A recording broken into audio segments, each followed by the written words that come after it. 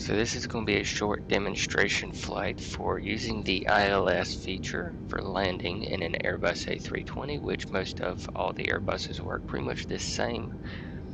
If you don't know how to get to the ILS frequency for the airport you're landing at, simply find it on the VFR map, click on the airport, and scroll down to the runway you're landing on. And in this case, it is 17 left.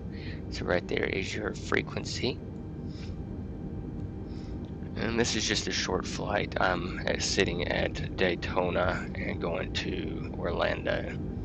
And normally you do this, of course, all at the ramp, but I just started out on the runway just for simple demonstration purposes. Now, if you set it up in the world map, it should have already done it. So to see what you're looking at here, this is normally your radios for your radio frequency. If you want to see your nav for ILS, open this little switch here, click nav and then ILS, and you'll want to make sure the correct one is over here. So if you say have some weird number over here and you need to get to 110.95, we'd want to go over here and switch it to 110.95 and then just hit the little arrow, and then there you go. 110.95 is now good to go. So you know the airplane will capture the ILS. So let's go ahead and get on our roll here. We will use just a little bit of autopilot here just to keep up with the correct nav points I've got.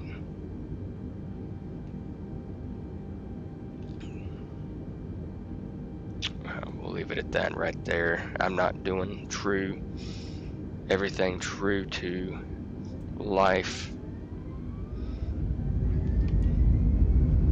autopilot here, since it's such a short flight and just a demonstration for ILS.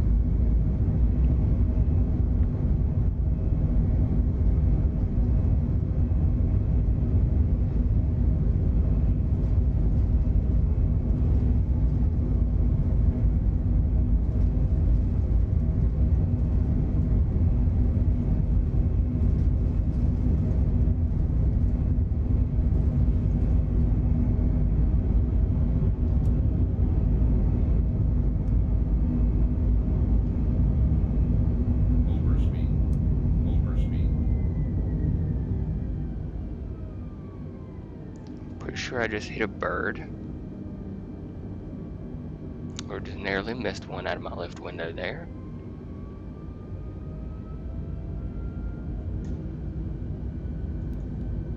Alright, I'm going to go ahead and let autopilot take over for the most part here. Kind of whipping me around a little.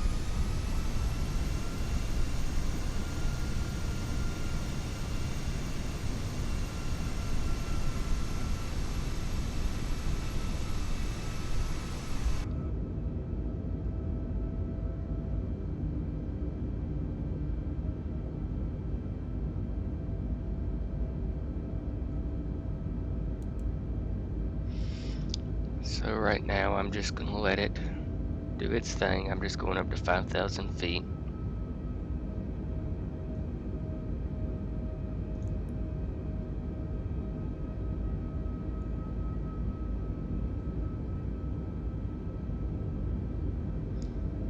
It doesn't even have the altitude I should be at, or yeah, it does, 2,400. Let's see, and that seems a little off. I don't know. We're just going to go to 4,000 feet.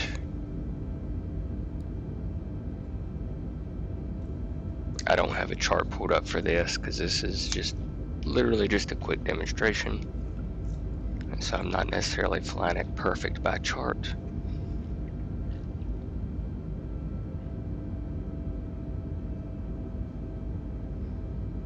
I do not need the map anymore up there.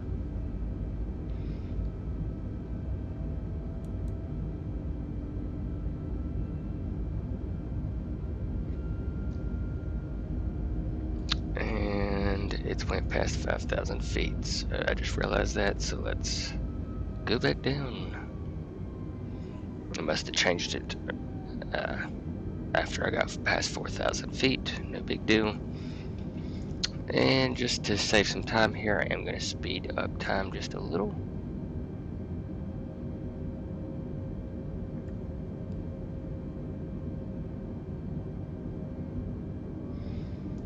And now, a couple things you want to do, which is super simple, just to get ready for your approach of your ILS, is just simply right up here, where your flight director button is.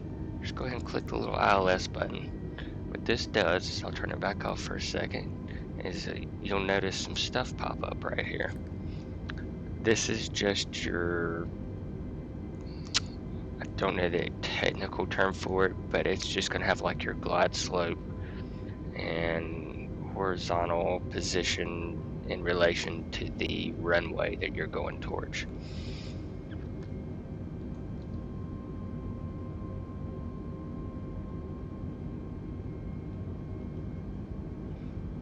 And we're comfortably sitting at 4,000 feet, 220 knots indicated. About to make our left turn. There it goes. Again, I'm in ×2 speed, so that's why it looks like it's turning so quick. I technically would not be this low in real life this early on if it was an actual long flight.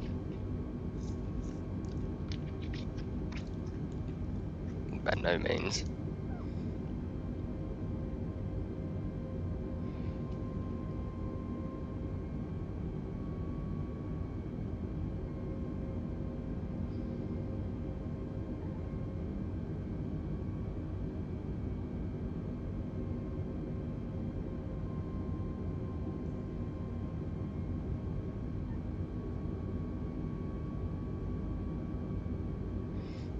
I'm just going to continue to let the autopilot do its thing until we get up to about 20 nautical miles out. That's when I'm going to start doing just the last couple little things. We're about 30 out.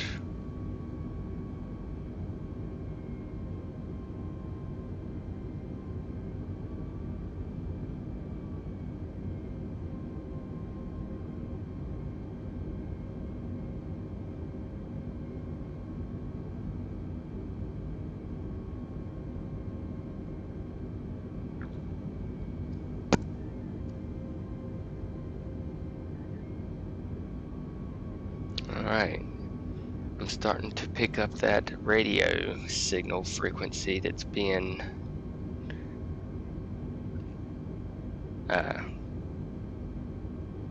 what's the term? Not ejected, but broadcasted, I guess you could say, from the runway, because now it's showing up ILS runway 17 left. It's got my little magenta marker here, and I'm starting to get some of my navigation stuff. It's telling me the distance to the runway here, and more information will become available as I get closer.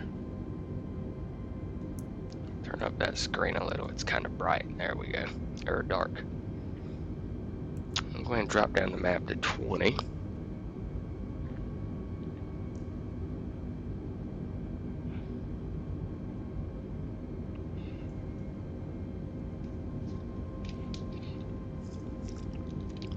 The ILS frequencies generally won't pick up until you're about 20 nautical miles out, give or take. It depends on the airport itself, really, and its geographic location and obstacles.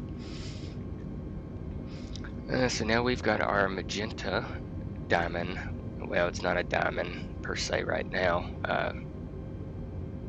showing up, and that's because I am within 20 nautical miles. So I'm pretty much all but lined up with the runway right there. So what I'm going to do is I'm going to come over here and I'm going to hit the localizer. And before I hit it, watch what happens right here once I do press it. Localizer box pops up. If it's just got the little localizer abbreviation down here, that means it's not captured it yet. Once it's captured it, it will then and now look like it does now. So now the plane is flying off the localizer and not necessarily your waypoints. So the localizer will now keep that diamond as good as it can. I'm going to slow up my plane and go to first notch of flaps here. So my magenta diamond for my glide slope is now coming down. And generally for me, I always wait till it gets to about the point right there. And then what I'll do is come over here and I will press the approach button.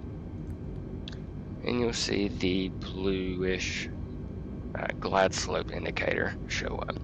It's not going to capture it till it gets right there. Once it does, you'll notice the glide slope will be captured. And that's when I usually lower my landing gear. In case I've got some kind of issue and it don't capture it, I can troubleshoot that real quick before I try to do a landing, unless I just do a visual landing. So capturing in within the next 3 seconds. There it is, captured it. You can see the plane's automatically nosing down. Now it will follow the glide slope. Go ahead and do gears down. Slow up just a tad more.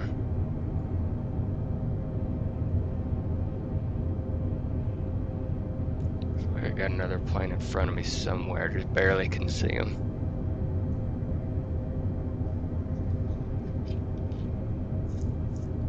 I'm not using air traffic control, as you can tell.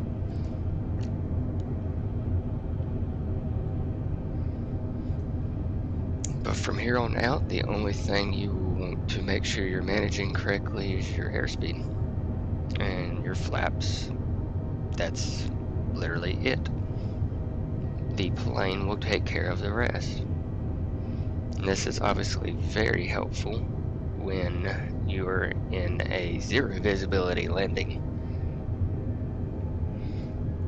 The flight I actually just got doing, I can't remember where it was, landing at, it was for on air, so it was just some random airport for a mission I was flying. I actually did not turn off my autopilot to about 150 foot above the ground level. It was such thick fog, I could not see the runway, even barely see the lights.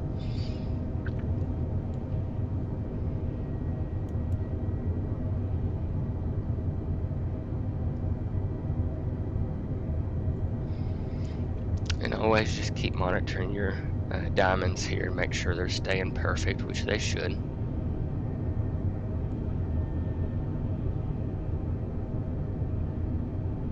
And of course, if it looks like your plane's facing nose this way, that more than likely just means you're in high wind speeds, and it should still work perfectly fine. And if you're in one of the Boeings like the 787, feel free to use the overhead display drop down. It's super helpful for landing really, really cool.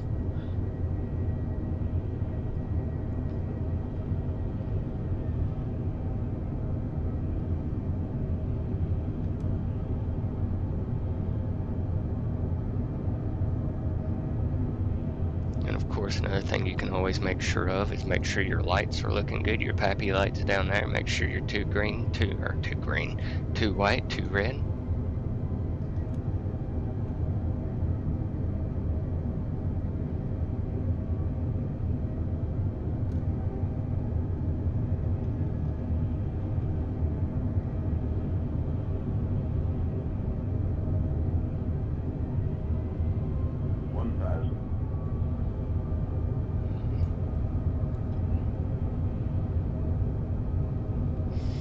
again, I'm still running autopilot. It is completely controlling everything. You will know when I take autopilot off.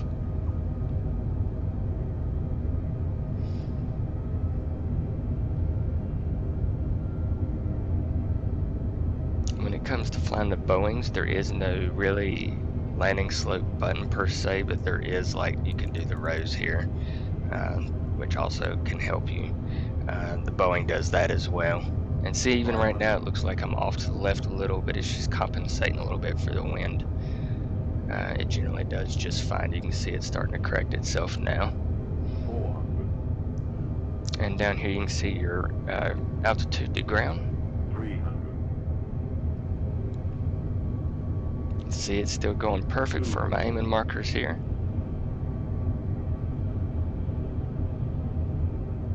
Alright, disconnecting autopilot.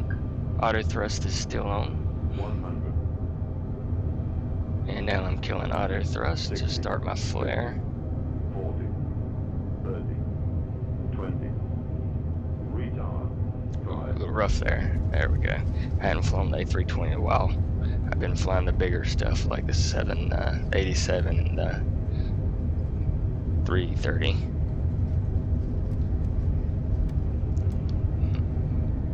Speed brakes out. Full reverse thrusts.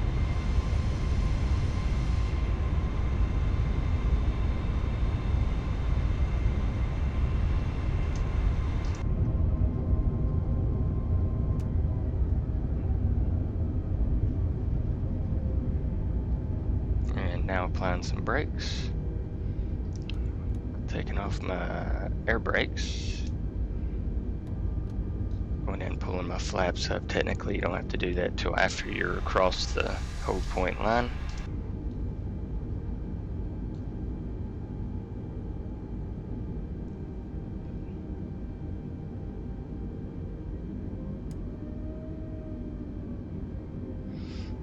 And I'm just going to stop it here, and that will conclude how to use the ILS feature on an Airbus. If it is requested for me to do one for the Boeing, I most certainly can. I do not mind demonstrating it. It is very much similar, but I will if somebody asks. But thanks for watching. I hope you get some useful information out of this, and please like and subscribe if you enjoyed learning something.